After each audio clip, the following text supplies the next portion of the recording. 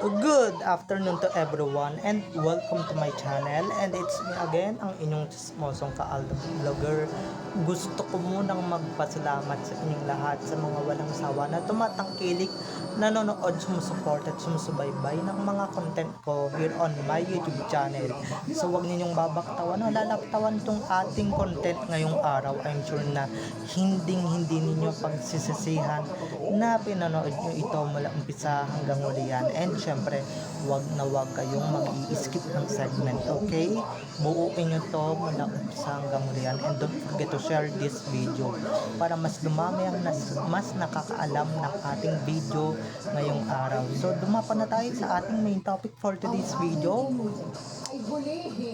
Oo nga naman, tama nga naman si Kabayan Noli de Castro sa kanyang sinabi dito sa TV Patrol na talagang kawawa talaga ang mga nasalanta that time ng bagyo dyan sa Baguio. So eto na guys, watch this. Mamaya ipapaliwanag sa inyo ng buong. So eto na guys, watch this. Napahanga ngayon ang netizens sa banat noon ni Noli de Castro kila Maine Mendoza at Arjo Ataide. Kayo habang kinakasal, kawawa naman yung mga binagyo. Hindi rin ito pinalagpas ni Joey De Leon at inatake niya si Noli de Castro. Umeepal. Yung mga umeepal na na hindi daw dapat nagpakasal dahil bumabagyo daw. Okay, dalawang bagay lang mga kaibigan. Nauna nagplano si Mengay kesa kay Egay. Ngayon alam na ng taong bayan na tama pala si Kabayan Noli de Castro. At kung nakita nyo na ngayong recap, so once again si TTO sa mga admins, dumako na tayo sa ating main topic for today's video. Gaya nga ng sinabi ko kanina, sabi nga ni Noli Boy de Castro or ni Kabayan Noli de Castro, tandang-tanda ko to dahil napanood ko to sa TV Patrol. Ang sinabi niya is kawawa naman talaga yung mga binagyo. Kawawa naman yung mga binagyo. Yung sinalanta ng bagyong Egay that time nung sakal nila Mr. ni Arjo pati ni Clowny. Diba, tandang-tanda ko yun, sensational din yun, binalita din yun ng bonggang-bongga. At totoo nga naman guys, no, kawawa din naman yung mga taong nanirahan doon, yung mga taong nasalanta ng bagyo, no, that time, kahit na ilang beses kahit na sabihin ninyong luma na to or luma na yung video, talagang kawawa. Ngayon kayong 2025, no, kamusta na kaya yung lagay nila?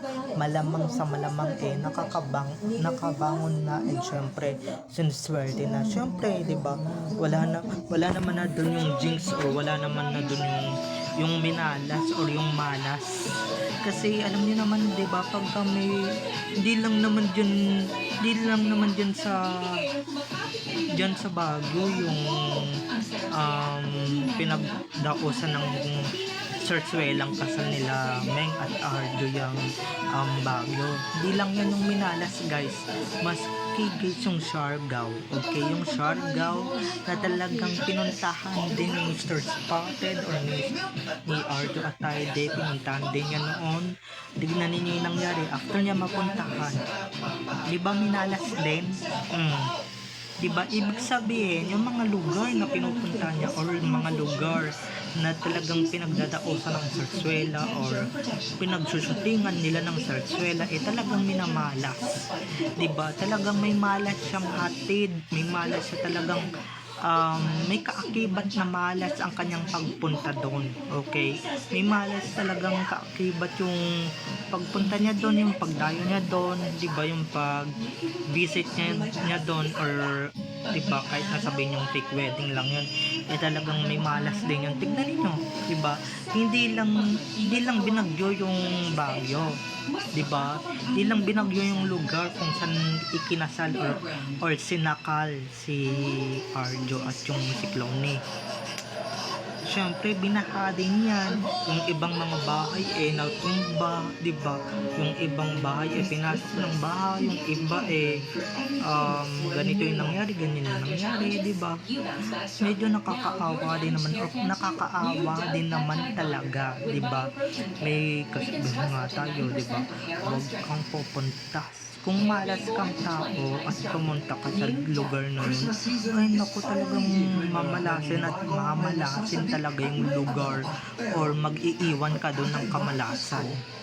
Diba? Hindi lang ito yung pupunta sa spotted doon, pati yung lahat ng sangkot sa Zarzuela pumunta doon, pinagdausan or dinaos doon yung kasal nilang dalawa, kasi dalawang lalaki naman yung nagpakasal kaya siguro minalas, diba? Kaya siguro ni Jinx, or kaya siguro na bagyo yung lugar na yun. Kaya, di ba, kahit na sabihin yung ilang taon na yung nakalipas di ba, hindi din naman natin makakalimutan yun, or hindi natin talaga makakalimutan yun. Dahil nga di ba, kumusta kaya din yung Siargao, no? Parang balita ko wala na tayong balita doon. Nung buwat nung pumunta doon si Spotted, talagang minalas-malas. Tignan ninyo, di ba? After din ng Siargao, or after ng Siargao, after nyan, yung QC, tignan ninyo yung nangyari. Minalas-malas din yung District 1. Diba?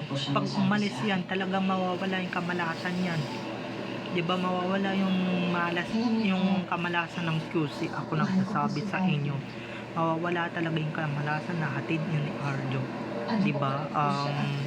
Huwag kang pupunta dito sa Bulacan, papalapa ka namin sa mga aso namin dito, diba? Ka namin, diba? Papalapa ka namin, try mo lang talaga, diba? At kababayan namin si Min, huwag mo kaming dito. Naku, ayaw namin ma-jinx, diba? Yun pala yung tawag doon, na pag kami nangyayari talaga, diba? It's either ginagawa niyang kung ano-ano, pumunta lang siya sa isang lugar, diba? Actually, dalawang lugar, buti, diba? Buti dito lang sa Pilipinas nangyayari yun sa kanya, kasi sa ibang bansa, diba, parito sa iba't ibang bansa, iba't ibang country ng Pilipinas or ng mundo, diba, hindi naman nagkakaganyan. So dito lang talaga yan nangyayari, kasi nga dito lang siya minamalas, or dito lang malas ang mga Becky na kagaya niya, or baklang kagaya niya. Diba, dito lang talaga siya may hatid na malas. Kaya malas din naman talaga yung pangalan yun diba? Malas din naman yan sa career niya, sa showbiz career niya. Kaya tignan niyo, di na naulit yung mga pelikulang ginawa niya, diba? Hindi na naulit, hindi na nasundan, kasi nga first day, last day. Kung ano yung minalas mo sa mga pelikula, yun naman din talaga yung mga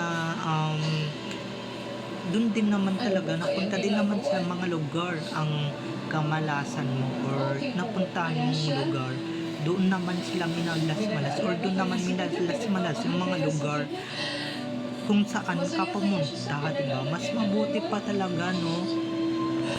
Alam nyo, para hindi malasan yung lugar na yun, number 1, okay, wag kayong papayag na gamitin ni Arjo at Taide yung lugar ninyo para pagdakusan ng Zarzuela, okay?